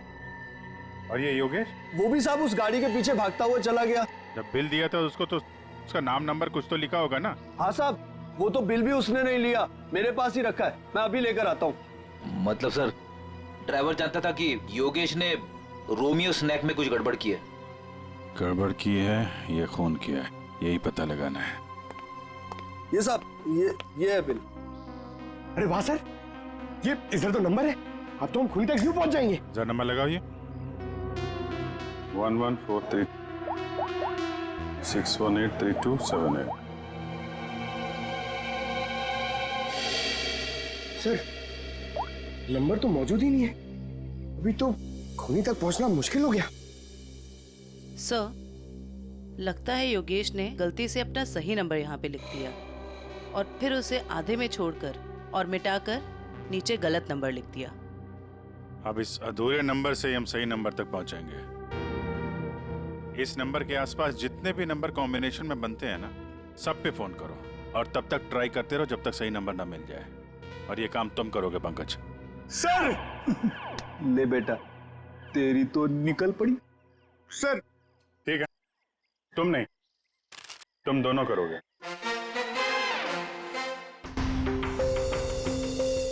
आप लिया तारीख का? हाँ सर। कितना है? 3 इंच। गुड। अब एक काम करो, दिनेश के हाथ में जो पाउडर मिला था ना, उसे जरा चेक करो। हाँ। क्या बात है डॉक्टर साहब, आज आप लाश से दूर बैठे हैं। क्या इस पुतले ने आपका भी दिल जीत लिया है क्या? भाई साहब, रोमियो ने दिल जीता है या नहीं जीता है तो पता नहीं है, लेकिन आप लोगों ने जरूर सालुके को खरीद लिया। मन में आया जब नचा लिया, मन में आया जब बिठा दिया। अरे कैसी बात कर रहे हैं डॉक्टर साहब, नाचते तो हम आपके इशारों पे हैं। नहीं नहीं, मुझे नचाने का कोई शौक नहीं है, मुझे यहाँ पर आपको हकीकत बताने का शौक है बस। हाँ, तो बताइए आज की हकीकत क्या है? आज की हकीकत ये है कि ये दिनेश एक जबरदस्त ड्रग एडिक्ट था, नशीली दवाइयों का सेवन किया करता और उसी नशीली दवाई की वजह से इसकी मौत हो गई। ये देखो, इसके हाथ में वो दवाइयों का एक इंजेक्शन है और इसे कहते हैं एम ऑर्फिक। सर कैसे? मतलब इसने अपने आप को इंजेक्शन दिया या किसी और ने दिया? किसी और नहीं दिया होगा जयवंती, वरना जिस तरीके से ये रोमियो के पुतले में बैठा था, अपने आप इंजेक्शन लगाना तो जरा मुश्किल दिख रहा है। क्यों सर? बिल्कुल ठीक है। इस दिनेश की मौत हुई है 4 बजे और उसे एम ऑर्फिक नाम की ड्रग का इंजेक्शन दिया गया है 3 से 3:15 बजे के बीच। मतलब जब ये रोमियो का पुतला बाहर रखा जाता था लोगों के मनोरंजन के लिए, 3 से 5 बजे के बीच। सर ऐसा कैसे हो सकता है? पूरे सीसीटीवी फुटेज में कहीं भी किसी के हाथ में इंजेक्शन नहीं दिखा और ना ही किसी ने इसे इंजेक्शन देने की कोशिश की। सारुके साहब, कहीं ऐसा तो नहीं कि आपसे कुछ? नहीं, मुझसे कभी कोई गलती नहीं होती है, मुझे दोबारा चेक करने की कोई जरूरत नहीं है, समझे? आज तक हुआ है कभी ऐसा? नहीं, वो क्या है? नहीं, सीडी हम लाए थे एक्चुअली। रखो अपनी बात। तो रखो। ठीक है, आप चेक कर लीजिएगा तारिका जी, फुर्सत मिले तो। अरे इसमें गुस्सा करने की क्या बात है सारुके साहब, आगे बताइए आप। आ गए। ये रोमियो, इसके अंदर की तरफ सिर्फ दिनेश के फिंगरप्रिंट्स हैं, लेकिन इसके बाहर की तरफ बहुत सारे लोगों के फिंगरप्रिंट्स हैं। सर वो इसलिए कि रोमियो स्नैक्स में जो भी ग्राहक आते हैं वो रोमियो के साथ में तस्वीरें खिंचवाते हैं। और इन्हीं फिंगरप्रिंट्स में एक फिंगरप्रिंट्स होगा हमारे उस खूनी का। और खास तौर पर वो फिंगरप्रिंट्स चेक करो जिन्होंने 3 से 3:15 बजे के बीच इसके साथ फोटोग्राफ खिंचवाए। करेक्ट। और ये जो होल है, ये 3 बाई 3 इंच का है। अब इस 3 बाई 3 इंच के होल से इस केस का क्या लेने देना? तारिका, तुम समझाओ यार इसे, तुम समझाओ। हाँ, आप ही समझा दीजिए तारिका जी, समझा दीजिए आप। जी बात यह है कि दिनेश के राइट हैंड पे से हमें ड्रग्स के कुछ ट्रेसेस मिले, तो इससे हम ये अंदाजा लगा सकते हैं कि जरूर इस छेद के जरिए किसी ने इसके हाथों पे से ड्रग लिए होंगे या दिए होंगे। तो कहीं वो पल्लवी इसे ड्रग देने तो नहीं आई थी? हो सकता है ये पल्लवी ड्रग्स का बिजनेस करती हो। सर लेकिन पल्लवी का कोई क्रिमिनल रिकॉर्ड नहीं है। रिकॉर्ड हो या ना हो, लेकिन इस पल्लवी को ढूंढना बहुत जरूरी है। हो सकता है ये दोनों इस ड्रग के धंधे में शामिल हो और हमें ये पता लगाना है कि ये दिनेश रोमियो के अंदर कर क्या रहा था और उसे ये इंजेक्शन दिया किसने।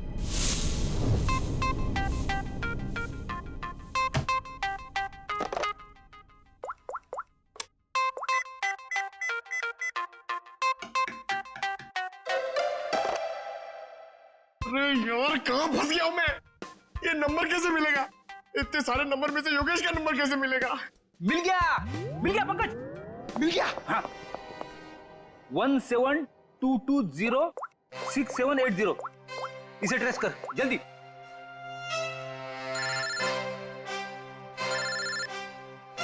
यहाँ पे किसका फोन बज रहा है?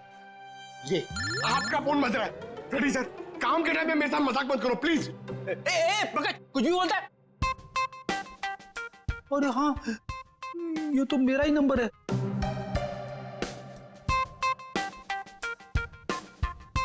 This number is not in existence.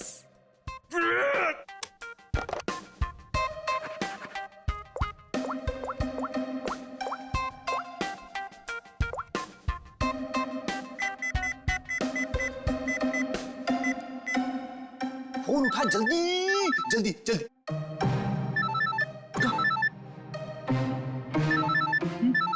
उठा जल्दी से, फोन उठा। मुझे क्यों फोन कर रहे हो? रेडी सर, क्या बात है, आपकी तबीयत तो ठीक है ना? सर, अगर हमें नंबर नहीं मिला ना तो हमारी नौकरी गई। पंकज, अगर मेरी नौकरी चली गई ना तो मेरी वाइफ मुझे कच्चा चबा जाएगी।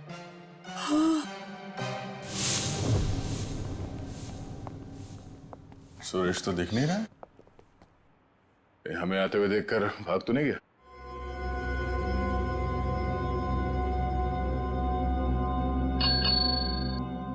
नमस्ते।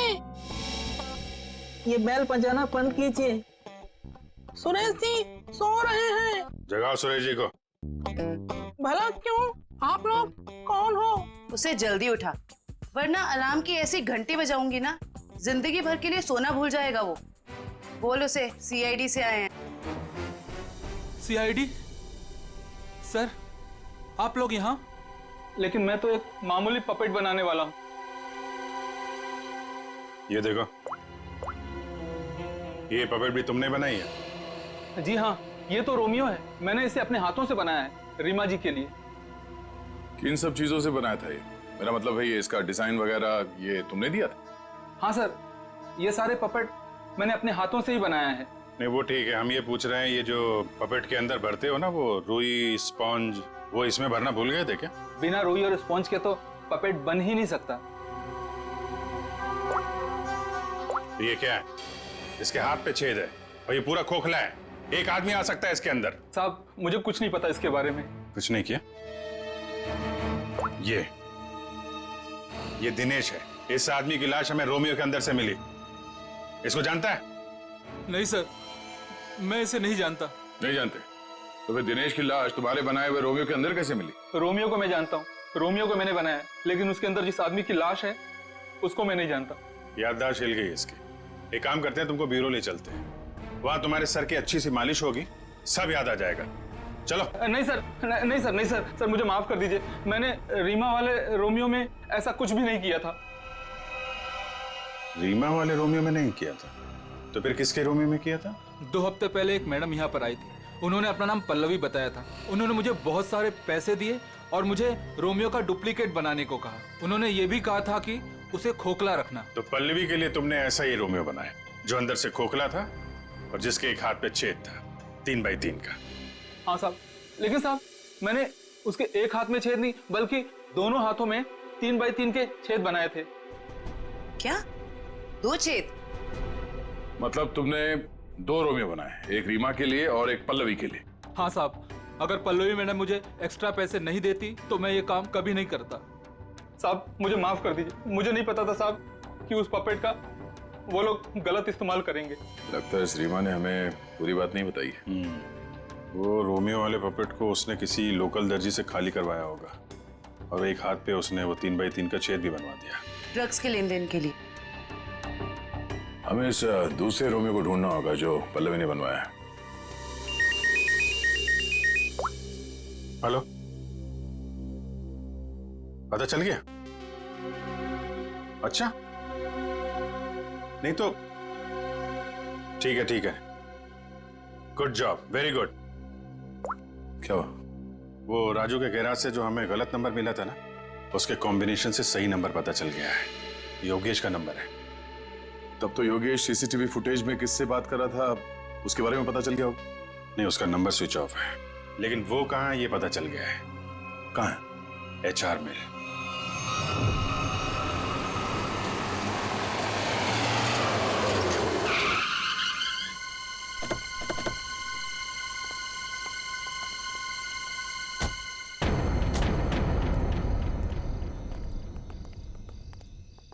अभिजीत, ये तो वही JJ सीरीज वाली गाड़ी है जिसमें योगेश भागा था।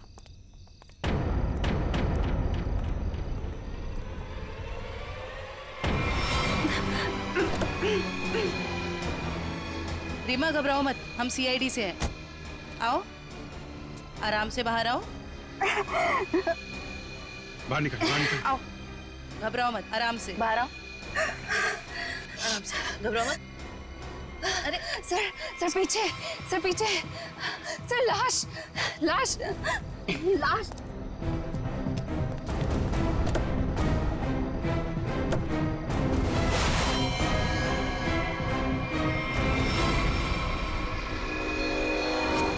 योगेश ये मर चुका है। रोमियो, इसमें भी लाश है।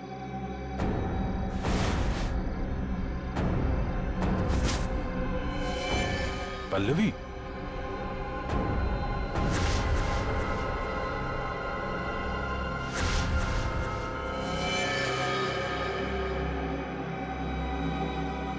हम लोग सही थे।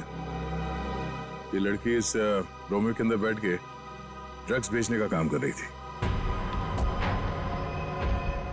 होठ भी नीले हैं, नाखून भी नीला, और ये हाथ पे सुई का निशान। बिल्कुल दिनेश की तरह मारा गया इसको। मयूर, बॉडी इसको फोरेंसिक लैब भेज दो। सर, आप कुछ बता सकती हैं कैसे हुआ ये सब? सर, मैं क्या बताऊं? मुझे तो किसी ने किडनैप करके यहाँ गाड़ी पे लाके छोड़ दिया। आपने तो उसे देखा नहीं होगा क्योंकि आपकी आंखों पे तो पट्टी बंधी हुई थी। जी सर। आपको तो ये भी नहीं पता होगा कि इन दोनों को मारा किसने। सर, जैसे ही गाड़ी यहाँ पर आकर रुकी, मैंने बाहर गोली चलने की आवाज सुनी और पीछे गाड़ी का दरवाजा खोलने की आवाज सुनी। फिर किसी ने भारी सामान रखा बाहर, तो मुझे लगा गोली चली है, इसका मतलब लाश ही होगी।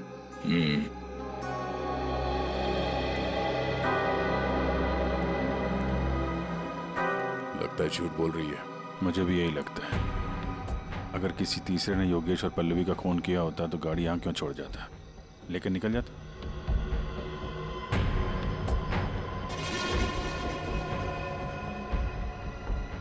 दे खून।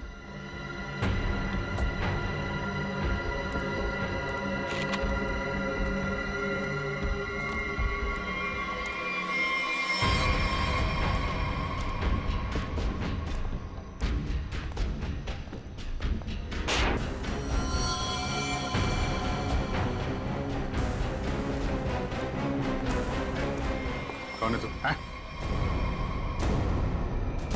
पीसी? नशीली दवाएं बेचने वाला यहाँ इस हालत में? अभी अभी जेल से छूटा ना, तो फिर भी चैन नहीं। गोली किसने मारी तुझे? मैं आपको सब सच बताता हूँ सर। वैसे आप लोगों को तो सब अंदाजा लग ही गया होगा, लेकिन मैं फिर भी सब बताता हूँ। दरअसल जेल से बाहर आकर रीमा, जो मेरी बहुत अच्छी दोस्त थी, लेकिन उसको इस बारे में कुछ भी पता नहीं था सर। रोमियो स्नैक्स को ड्रग्स का अड्डा बना के? क्यों? जी सर। फिर सर एक दिन से मुझे फोन आने लग गया कि मेरे ड्रग्स में मिलावट है। मैं चौंक गया। मुझे योगेश ने बताया कि उसने पल्लवी को रोमियो से बात करते देखा। फिर मैं पल्लवी पर नजर रखने लगा और उसका पीछा करते हुए यहाँ तक आ गया सर। यहाँ आके पल्लवी का खून कर दिया? क्यों? नहीं सर, मैंने पल्लवी को भी नहीं मारा, लेकिन सर जब मैं यहाँ पहुंचा तो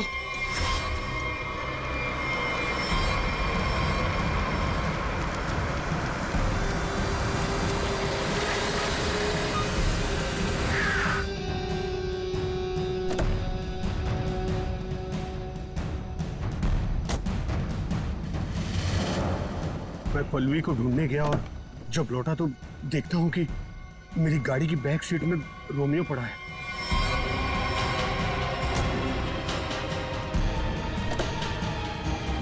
और जब रोमियो को पलटा तो अंदर पल्लवी थी। मैं चौंक गया। पल्लवी? भाई भाई मुझे मत छोड़िए भाई, मैं मर जाऊंगा भाई। भाई मेरा क्या होगा भाई? मेरे ऊपर किसी ने गोली चलाई और मैं गिर पड़ा। फिर आपकी गाड़ी देखकर मैं यहाँ आकर छुप गया। गोली किसने चलाई तुम पे? मैंने चलाई।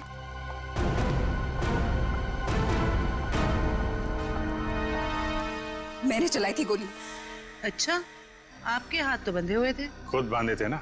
हमारी गाड़ी को आते देख अपने हाथ बांध लिए और आंखों में पट्टी बांध ली। क्यों? जी सर, आप ठीक कह रहे हैं, लेकिन आपको कैसे पता? जिस तरह आसानी से तुम्हारे हाथ की रस्सी खुल गई, पता चल गया। लेकिन तुमने ऐसा क्यों किया? पीसी की जगह ड्रग्स का धंधा करना चाहती थी तुम, इसलिए दिनेश और पल्लवी को रास्ते से हटा दिया। क्यों? नहीं सर, मैंने पल्लवी और दिनेश को नहीं मारा। मुझे घिन आती है सिर्फ पीसी और इसके धंधे से। मेरी दुश्मनी सिर्फ पीसी के साथ है क्योंकि इसने मेरा इस्तेमाल किया, इसीलिए मैं इसे मारना चाहती थी। तुम्हें पता कैसे चला कि पीसी तुम्हारा इस्तेमाल कर रहा है? जिस दिन मैंने दिनेश की लाश रोमियो के अंदर देखी, उसी दिन मुझे शक हो गया था कि इसने अपने गंदे कारनामे फिर से शुरू कर दिए। आपने हमें इस पीसी के बारे में क्यों नहीं बताया? क्योंकि मैं पीसी से प्यार करती थी सर, लेकिन इसने मुझे धोखा दिया और इसीलिए मैं अपना बदला खुद ही लेना चाहती थी। लेकिन मैं पीसी को किसी गलत इल्जाम में फंसता हुआ नहीं देख सकती सर, चाहे वो मेरे साथ कुछ भी करे। दिनेश और पल्लवी का खून इन लोगों ने नहीं किया तो फिर किसने किया है? खूनी कौन है? हाँ साड़ू साहब।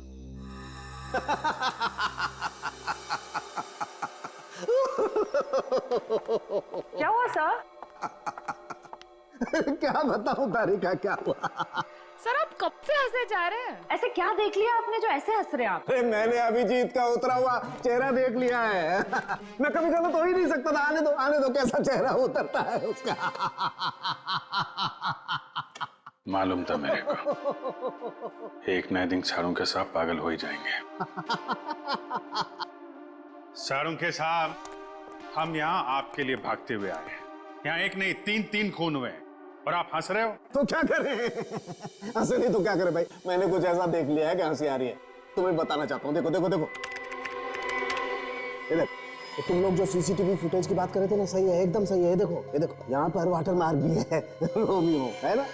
प्रॉब्लम क्या है? प्रॉब्लम यहाँ नहीं है दोस्त, यहाँ पर फुटेज पर वाटर मार्क है, लेकिन इससे अगले वाले टेप में कुछ नहीं। 3 से 3:15 के बीच में कोई वाटर मार्क नहीं। इसका मतलब यह है कि इस फुटेज के साथ किसी ने छेड़छाड़ की है। देखो देखो देखो, अच्छे से दिखाई देगा। देखो गुड, देखो देखो,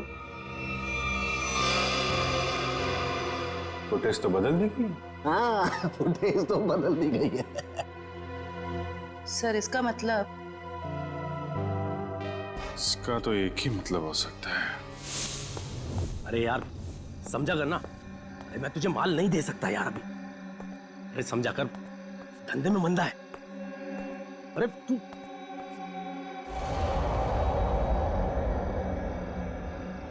ये वहां कौन है? सुन, मैं तुझसे बाद में बात करता हूं।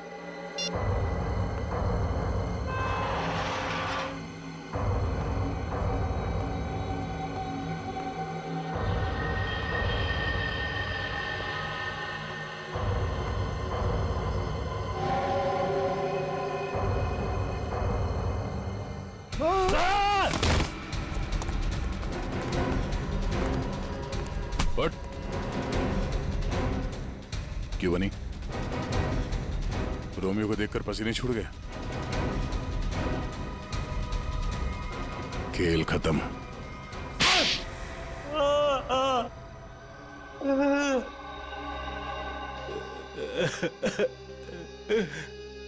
सर 3 महीने पहले यहाँ नौकरी ज्वाइन की, तभी मुझे शक हो गया था कि यहाँ जरूर कोई घोटाला है।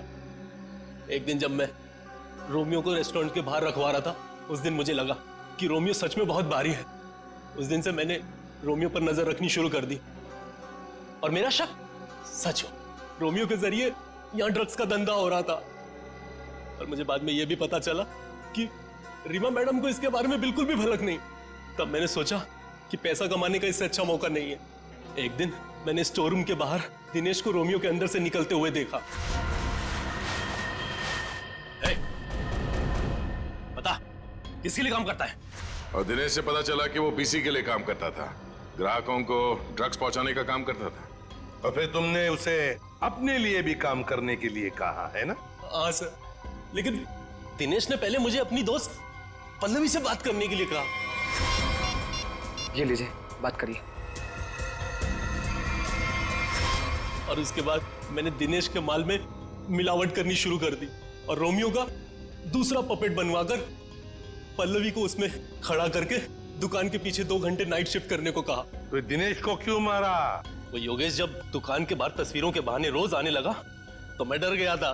मुझे लगा कि मेरी मिलावट के बारे में पीसी को पता चल गया है, इसलिए मैंने दिनेश को मार दिया और सारे सीसीटीवी फुटेज बदल दिए। और पल्लवी, उसे कैसे मारा? मुझे पता चल गया था कि पीसी पल्लवी पर नजर रख रहा है। मैंने पल्लवी को चौकन्ना होने को कहा और उसके बाद पल्लवी को HR मिल्स में बुलाया, वो भी अकेले। और मुझे पता था कि पीसी वहां पर जरूर आएगा, लेकिन उससे पहले मैं वहां पहुंच गया और पल्लवी को मार दिया और पल्लवी की लाश को पीसी की ही गाड़ी में डाल दिया ताकि शक पीसी पर हो। वाह रे वाह, सिक्योरिटी गार्ड। तुम तो एक सिक्योरिटी गार्ड थे, रक्षा करने वाले। मगर क्या किया तुम? खून पे खून किए, 3-3 खून। अगर फांसी से भी कड़ी सजा होती ना, तो भी तुम्हारे लिए कम होती। अब सड़ते बैठना जेल की सलाखों के पीछे, फांसी का ऑर्डर आने तक।